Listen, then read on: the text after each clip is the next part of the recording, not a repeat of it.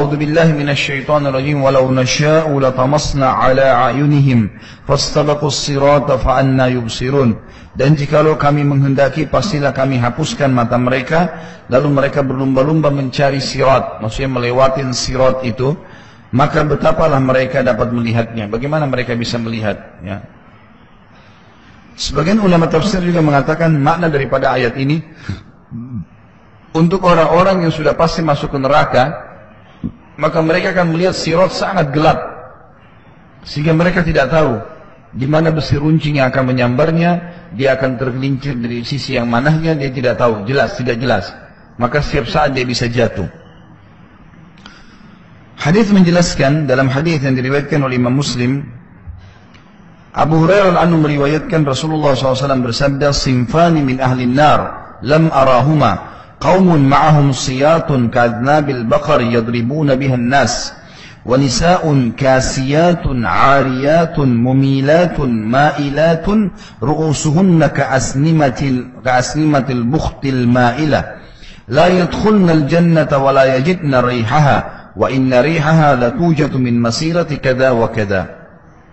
Ada dua sifat penghuni neraka yang belum pernah aku lihat. Maksudnya di zaman Nabi SAW tidak ada ini, belum ada. Yang pertama adalah kaum yang membawa cambuk seperti ekor sapi untuk mencambuk manusia. Ini kata sebagian ulama hadis adalah yang dimaksud polisi-polisi atau tentara-tentara yang mendampingi para pemimpin yang zalim.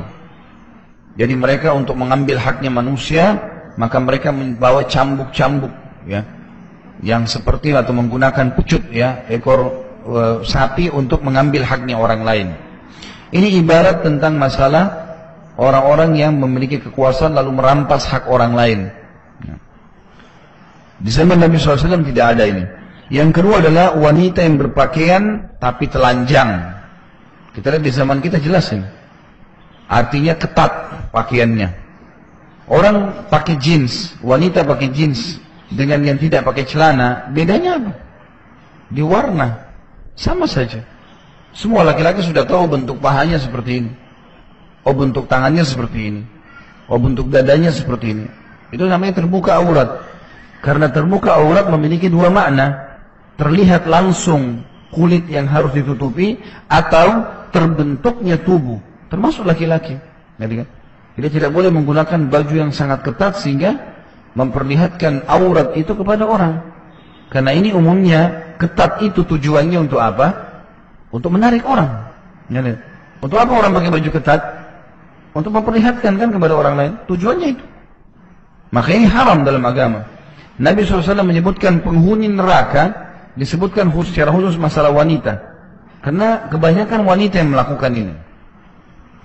Dikatakan adalah wanita yang berpakaian tetapi telanjang, kayak tidak ada pakaiannya sama sekali. Condong dan mencondongkan, sengaja menggoda dan akhirnya digoda. Sengaja pakai celana pendek, sengaja pakai.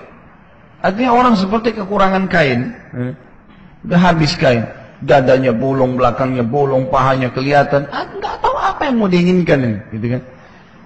Dan subhanallah kalau setiap wanita faham, kalau ibu-ibu faham, sifat laki-laki ini bisa diikutin dalam materi saya manajemen rumah tangga Islami. Saya nggak tahu kemarin ada yang sempat ikut daurah keluarga nggak? Kemarin ada di Puncak yang saya adakan, saya panjang lebar jelaskan masalah itu. Kalau salah satu karakter yang harus kita kenal dari pasangan kita, setiap laki-laki akan menghormati wanita kalau wanita itu tidak gampangan. Kalau ada perempuan setiap baru kenalan langsung siap dipegang, siap dicium, siap digauli, ini pasti kalaupun menikah dengan laki-laki itu dianggap remeh sama suaminya. Bapak-bapak bisa tahu itu tentunya. Tapi kalau ada perempuan misalnya, dia menjaga wibawahnya. Kalau sudah halal jadi istri lain.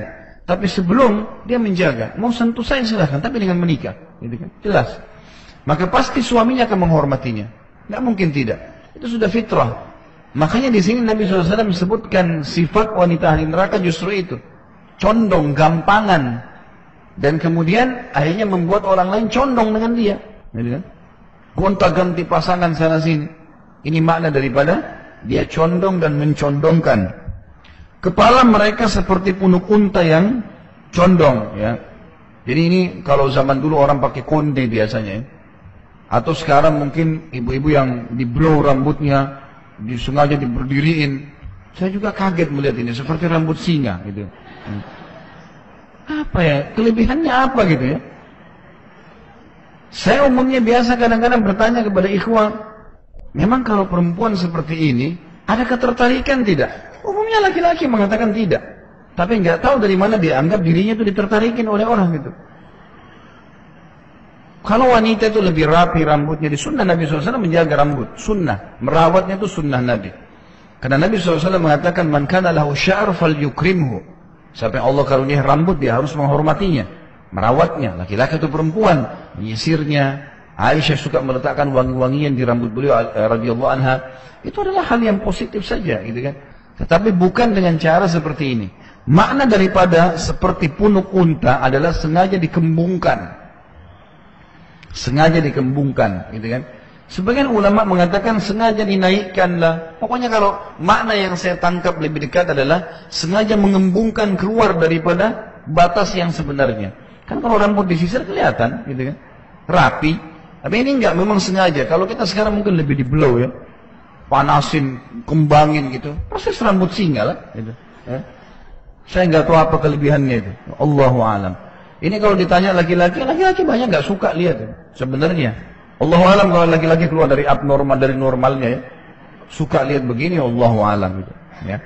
Kemarin juga saya sempat bahas dalam masalah rumah tangga, ibu-ibu kalaupun dandan boleh dalam Islam, tapi sama suaminya gitu kan. Tapi dandan juga nggak boleh berlebihan. Ada orang terlalu berlebihan, suaminya nggak suka sebenarnya, tapi dia menganggap ini bagus karena pujian temannya. Kita berhias untuk pasangan kita, tanya aja suka nggak? Kok dia nggak suka untuk apa gitu? Ini nggak karena temannya yang puji. Sampai ada yang kasih warna rambutnya ungu lah, biru lah. Ya apa ini manfaatnya? Mewarnai rambut asal bukan warna hitam boleh saja, tapi jangan berlebihan. Nggak boleh, gitu kan? Sesuatu yang akan dinikmati oleh pasangan kita halal, itu yang cukup buat mereka, buat dia. Yang lain tidak perlu. Ini sebenarnya menjelaskan tentang masalah hukum dalam Islam, bolehnya berdandan tapi bukan dengan tempat umum, bukan melampaui batas, gitu kan? Jadi harus hati-hati. Mereka tidak masuk surga, kata Nabi SAW. Orang perempuan yang begini sengaja ya mengenakan baju yang ketat, sengaja menggunakan wangi-wangian yang menyengat, ya, sengaja mencondongkan dan akhirnya dicondongi dan seterusnya, sengaja menggoda, sengaja ini, sengaja itu. Kata Nabi SAW, mereka tidak akan masuk surga dan tidak akan mencium aromahnya. Padahal aromahnya benar-benar tercium dari jarak demikian dan demikian. Maksudnya ini ada hadis lain yang berbunyi ya, kalau bau surga tercium dari jarak 40 tahun ya, atau 70 tahun ya.